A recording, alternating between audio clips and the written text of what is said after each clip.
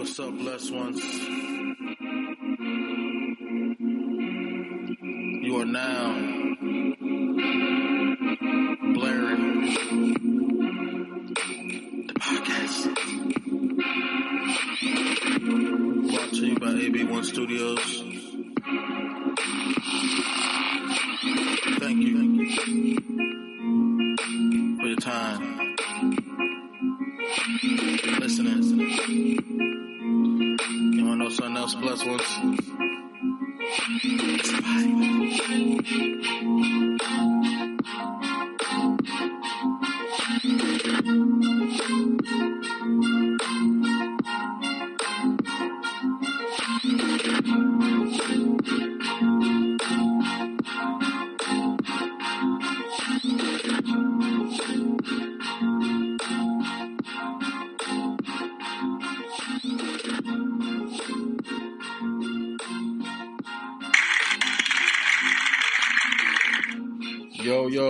Yo, blessed ones, what's up again? So this is another back-to-back episode. This is episode 143, and I am not going to be on here long. Again, I am just here to address certain things, to point out something. Again, it is not a opinion, it's an observation. A lot of people are on demon time, and you have to be mindful in what you say. You're on demon time, because I've seen a lot of videos. I have heard a lot of people crashing out. I have witnessed a lot of people saying that there's beef, people beefing. And I just want to give you an example. Nobody asked for this, but nobody asked for anything. We didn't even ask to be here. So let me first express, well, actually, let me not even express. Let me first enlighten you. And when you say you're on demon time, do you know what a demon is? Do you know what a demon does? A demon is with the devil.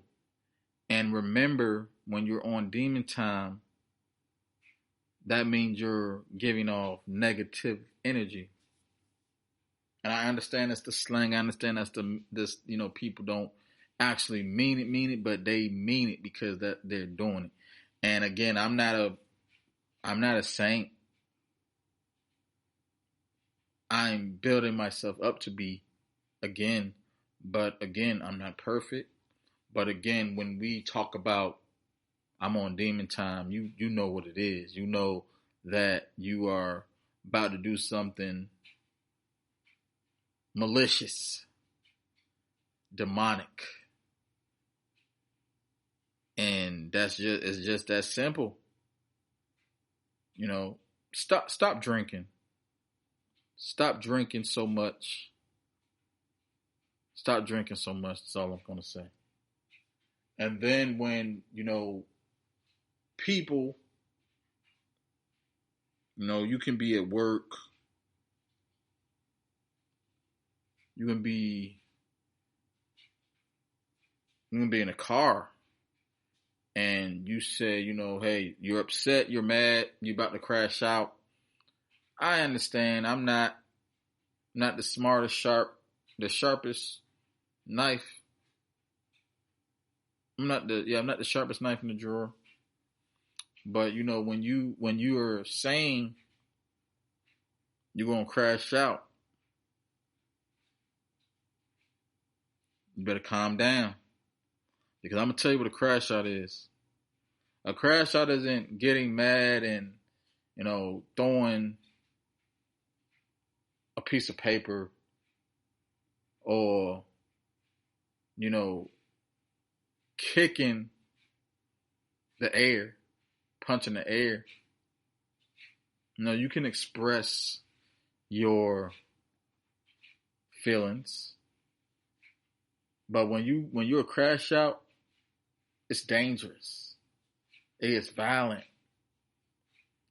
It really bark up the tree of, yeah, I might go to jail today. Because I was looking at this video of this woman. She got fired.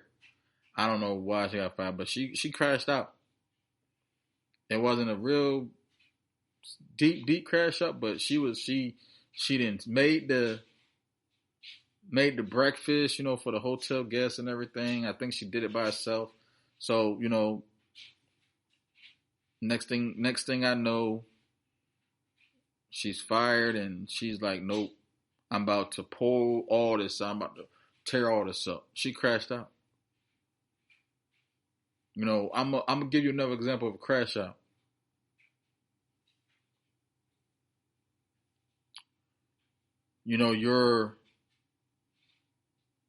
Something makes you furious. You're fed up. You get a baseball bat and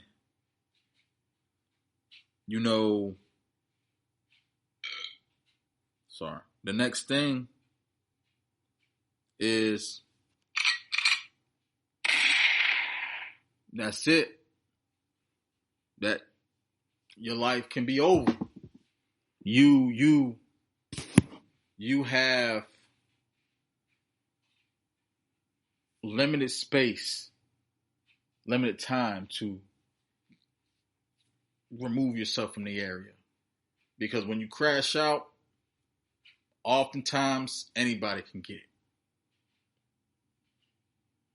And again, I understand the human emotion. These ain't opinions. This is just what it is. It's like I've seen crash outs. I don't recall on my recollection. I don't want to say I've been a victim of a crash out, but it's like I've seen them. I heard about them.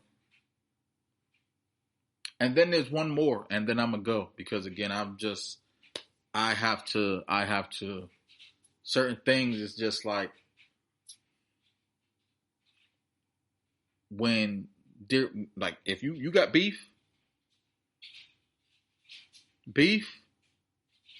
like you really got beef, like is there beef? Are you willing to risk your life? Like, again, I'm not a street dude.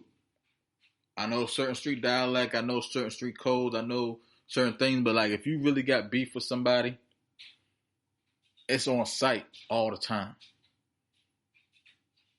Again, like, and this is the thing. All these things correlate with each other.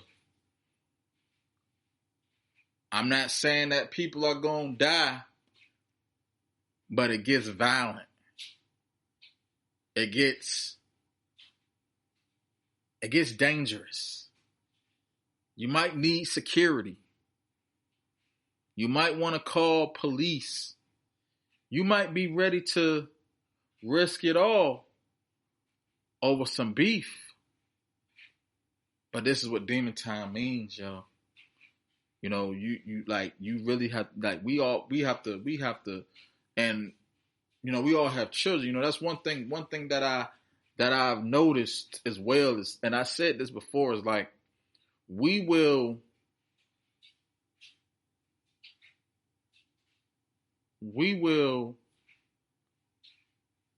be so desensitized to the killings, to the violence, that we don't even react too much in outrage anymore, unless it's dealing with a race. And maybe to some degree and to some acknowledgement and some fairness, it's just like when we're watching movies or when we see somebody, they get kidnapped or they're on their hands and knees and they're begging for their life, and then the person will say, "I'm not gonna kill you. That would be too easy. You're gonna live with this. You're gonna live with the fact that you are a piece of crap." I understand the trauma behind it. I understand that sometimes when you violate somebody,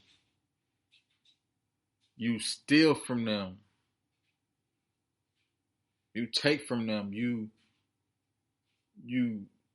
hold them against their will. Because again, like I said, the devil is not here but to kill, steal, and destroy. So when you destroy somebody's dignity, destroy somebody's pride, when you destroy somebody's safety and security, it can be a little worse than death. So again, I'm not saying that it's better, but it goes back again to where it's like if you decide to violate someone, a child, a woman, a man, like anybody, you violate them to the point where they now no longer have the innocence, no longer have the same mindset, the mentality, like you took that from them. They're afraid. They're scared, like they are paranoid.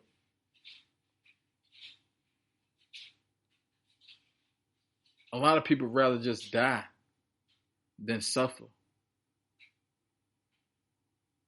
So I understand it. But my thing is,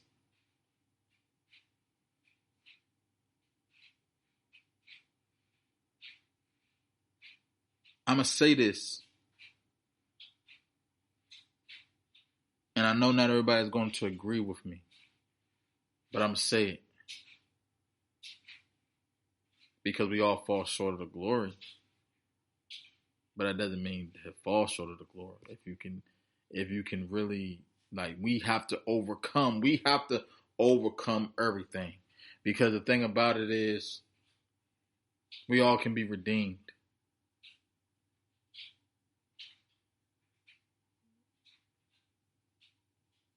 I always say, correct me if I'm wrong, but, it's just like Paul, who used to be Saul. Again, I want to say might be part of apostle, but it's like you have a guy who used to persecute Christians and kill them and make them martyrs. He do like when you're like, it's just like if you're a racist, but you can be racist, but if you're a bigot, it's a different thing. Because even when we think about just going back to the 60s, black people used to be hung, murdered, slaughtered, just because they was darker. But again, when you're really woke and you realize it's like, nah, I don't even think it was that. I don't even believe it was that. Because if you know your history, you know that us melanated folks are the original people. So sometimes we're going to be hated because we're I'm not even going to say better, but we are the model. We are the model people. And how do you strip that confidence from the model people? You enslave them. You take their identity. And you can probably do your own research as far as that, but it's like, we've been here. And this isn't even about race, but it's just like, you guys think about that. Think about that. So think about when you want to be on demon time.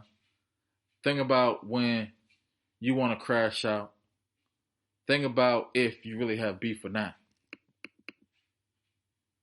Because I'm gonna say it, it's all like you can sign up for that. You sign up for it, but I don't advise it. We should we take life too serious? Maybe not too serious, but we have to remember like words mean things. And as I continue to learn, relearn, unlearn things and, change and shape and shift, who I am as a man, because like I said, for like the way, as far as I'm concerned, I am a man first. But again, the world will probably say that I'm black first. And that can be true. I can see myself as one thing or multiple things at simultaneously, and somebody else can see me in one way or this way or that way, but it's like how you recognize and acknowledge yourself does matter. So y'all stay safe, stay prosperous, productive, and positive. This is Blair, and I'm out.